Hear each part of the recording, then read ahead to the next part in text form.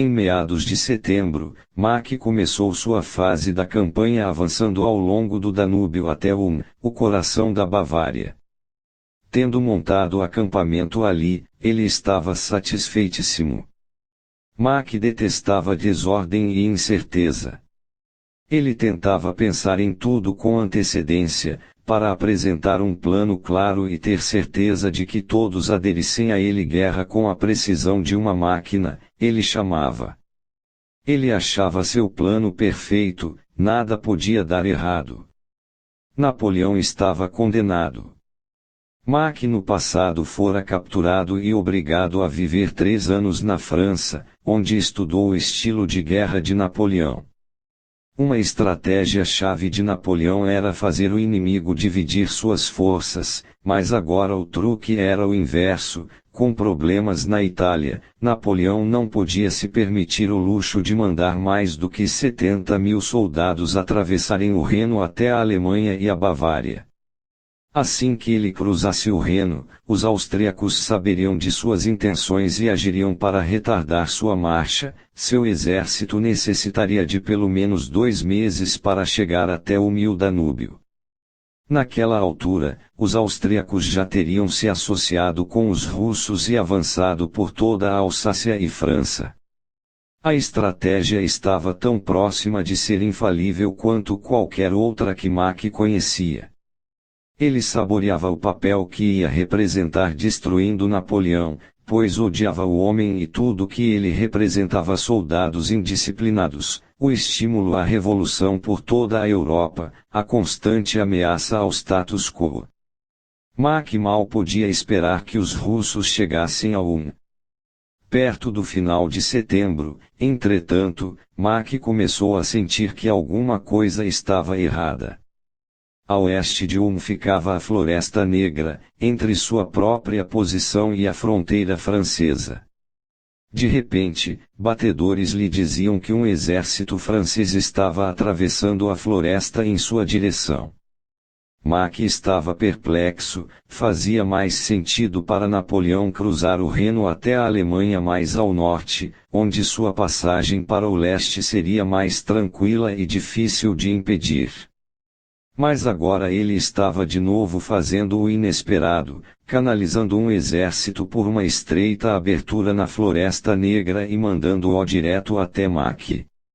Mesmo que este movimento fosse apenas um ataque simulado, Mack tinha de defender sua posição. Portanto, enviou parte de seu exército para o oeste até a Floresta Negra para conter o avanço francês durante tempo suficiente para que os russos viessem em seu auxílio. Dias depois, Mack começou a se sentir terrivelmente confuso. Os franceses continuavam atravessando a Floresta Negra e parte de sua cavalaria estava bem próxima. Ao mesmo tempo, entretanto, Mack recebia a notícia de um grande exército francês em algum lugar ao norte de sua posição. Os relatórios eram contraditórios. Uns diziam que este exército estava em Stuttgart, 96 quilômetros a noroeste de Ulm, outros, que ele estava a leste ou mesmo mais ao norte ou bem próximo, perto do Danúbio. Mack não conseguia obter informações consistentes, visto que a cavalaria francesa que havia atravessando a Floresta Negra bloqueava o acesso ao norte para o reconhecimento. O general austríaco agora enfrentava o que ele mais temia: a incerteza, e ela estava perturbando sua capacidade de pensar com coerência. Finalmente ele ordenou que todas as suas tropas voltassem para Ulm, onde ele concentraria suas forças. Talvez Napoleão pretendesse combater em Ulm. Pelo menos Mack estaria em igual número. No início de outubro, os batedores austríacos conseguiram, afinal, descobrir o que realmente estava acontecendo, e era um pesadelo. Um exército francês havia atravessando o Danúbio a leste de Ulm, bloqueando o caminho de Mack de volta para a Áustria e isolando os russos. Outro exército estava ao sul, bloqueando a passagem dele para a Itália. Como 70.000 soldados franceses podiam aparecer em tantos lugares ao mesmo tempo? E se mover tão rápido? Em pânico, Mack enviou sondadores em todas as direções. No dia 11 de outubro, seus homens descobriram um ponto fraco, apenas uma pequena força francesa barrava o caminho ao norte e a leste. Ali, ele poderia forçar a passagem e escapar do cerco francês. Ele começou a se preparar para a marcha. Mas 2 dias depois, quando estava a ponto de ordenar a retirada, seus batedores relataram que uma grande força francesa havia aparecido da noite para o dia, bloqueando o caminho a noroeste também. No dia 20 de outubro, descobrindo que os russos tinham decidido não vir em seu auxílio, Mack se entregou. Mais de 60.000 soldados austríacos foram feitos prisioneiros quase sem nenhum tiro. Foi uma das vitórias mais esplêndidas e sem derramamento de sangue da história. Nos meses seguintes, o exército de Napoleão virou-se para o leste para enfrentar os russos e austríacos restantes, culminando em sua espetacular vitória em Austerlitz. Enquanto isso, Mack definhava em uma prisão austríaca, sentenciado a 2 anos por seu papel nesta derrota humilhante. Ali ele se torturava tentando compreender, perdendo sua sanidade mental no processo, disseram alguns onde seu plano tinha errado. Como um exército havia aparecido do nada, a leste de onde ele estava, engolindo-o com tanta facilidade. Ele nunca vira nada igual e estava tentando entender até o fim de seus dias. Interpretação. A história não devia ser tão dura ao julgar o general Mack, pois os exércitos franceses que ele enfrentou no outono de 1805 representaram uma das maiores revoluções da história militar. Durante milhares de anos, a guerra tinha sido combatida essencialmente da mesma maneira, o comandante liderava seu grande e unificado exército na batalha contra um adversário mais ou menos do mesmo tamanho. Ele jamais dividia seu exército em unidades menores, pois isso violaria o princípio militar de manter as próprias forças concentradas. Além do mais, se espalhasse suas forças ficaria mais difícil monitorá-las, e ele perderia o controle da batalha. De repente, Napoleão mudou tudo isso. Nos anos de paz entre 1800 e 1805, ele reorganizou o exército francês, unindo forças diferentes para formar a Grande Armée, com 210.000 homens. Ele dividiu esse exército em várias unidades, cada uma com sua própria cavalaria, infantaria, artilharia e Estado-Maior-Geral. Cada uma liderada por um general-marechal, quase sempre um oficial mais jovem de comprovada resistência em campanhas anteriores. Variando entre 15.000 e 30.000 homens, cada unidade era um exército em miniatura chefiado por um Napoleão em miniatura. A chave para o sistema era a rapidez com que as tropas podiam se mover. Napoleão dava aos marechais sua missão, depois deixava que eles a cumprissem por sua própria conta. Pouco tempo era desperdiçado com a transmissão de ordens de um lado para o outro, e exércitos menores, precisando de menos bagagem, podiam marchar com mais velocidade. Em vez de um único exército movendo-se em linha reta, Napoleão podia dispersar e concentrar suas unidades em ilimitados padrões, que para o inimigo pareciam caóticos e incompreensíveis. Este foi o monstro que Napoleão soltou sobre a Europa em setembro de 1805.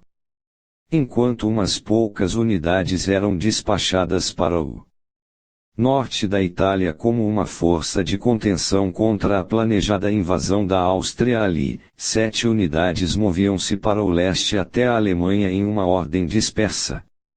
Uma força reserva com muita cavalaria foi enviada através da Floresta Negra, arrastando Mack para o oeste, e assim tornando mais difícil para ele compreender o que estava acontecendo ao norte e mais fácil para cair em uma armadilha.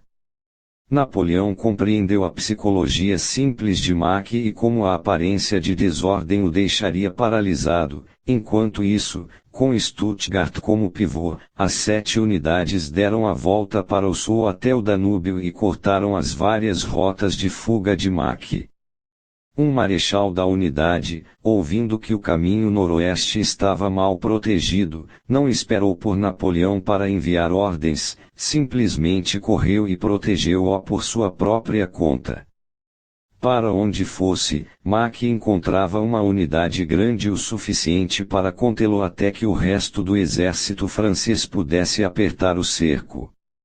Era como um bando de coiotes contra um coelho.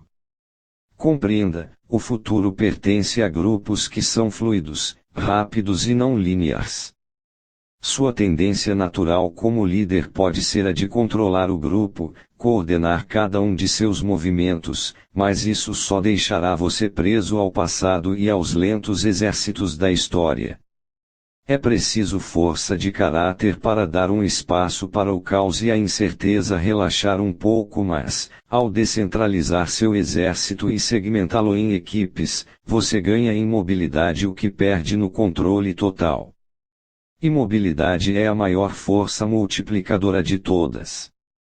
Ela lhe permite tanto dispersar quanto concentrar seu exército, lançando-o em padrões em vez de avançar em linhas retas. Estes padrões confundirão e paralisarão seus adversários. Dê às suas diferentes unidades missões que se encaixem em seus objetivos estratégicos, depois deixe que elas as cumpram conforme acharem adequado. Equipes menores são mais rápidas, mais criativas, mais adaptáveis, seus oficiais e soldados estão mais envolvidos, mais motivados. No final, a fluidez lhe dará muito mais poder e controle do que um domínio banal. Separe para viver, una para lutar. Napoleão Bonaparte, de 1769 a 1821. Chaves para a guerra. O mundo está cheio de gente procurando uma fórmula secreta para o sucesso e o poder. Elas não querem pensar sozinhas, querem apenas uma receita para seguir. São atraídas pela ideia de estratégia por essa mesma razão. Em suas mentes, estratégia é uma série de passos para se alcançar um objetivo. Elas querem que esses passos lhes sejam explicados por um especialista ou um guru. Acreditando no poder da imitação, elas querem saber exatamente o que alguma pessoa importante fez antes. Suas manobras na vida são tão mecânicas quanto seus pensamentos. Para se separar dessa massa, você precisa se livrar de um equívoco comum. A essência da estratégia não é executar um plano brilhante que avance em etapas, é se colocar em situações nas quais você tem mais opções do que o inimigo. Em vez de se agarrar à opção A como a única resposta certa, a verdadeira estratégia é se posicionar para ser capaz de fazer A, B ou C, dependendo das circunstâncias. Isso é pensamento estratégico profundo, em oposição ao pensamento baseado em fórmulas. Sun Tzu expressou esta ideia de modo diferente. O que você pretende na estratégia, ele disse, é Xi, uma posição de força potencial, a posição de uma pedra pousada precariamente no topo de uma montanha, ou uma corda bem retesada no arco. Uma pancada de leve na pedra, o alívio da tensão da corda e a força potencial é violentamente liberada. A pedra ou a flecha podem ir em qualquer direção, elas estão voltadas para as ações do inimigo. O que importa não é seguir passos pré-ordenados, mas se colocar em Xi e dar a si mesmo opções. Napoleão provavelmente não tinha consciência do conceito de Xi de Sun Tzu, mas teve talvez a maior compreensão da história a esse respeito. Uma vez posicionando suas 7 unidades em seus aparentemente caóticos padrões ao longo do Reno e suas forças reservas na Floresta Negra, ele estava em Xi. Para onde quer que Mack se virasse, o que ele fizesse, a sorte dos austríacos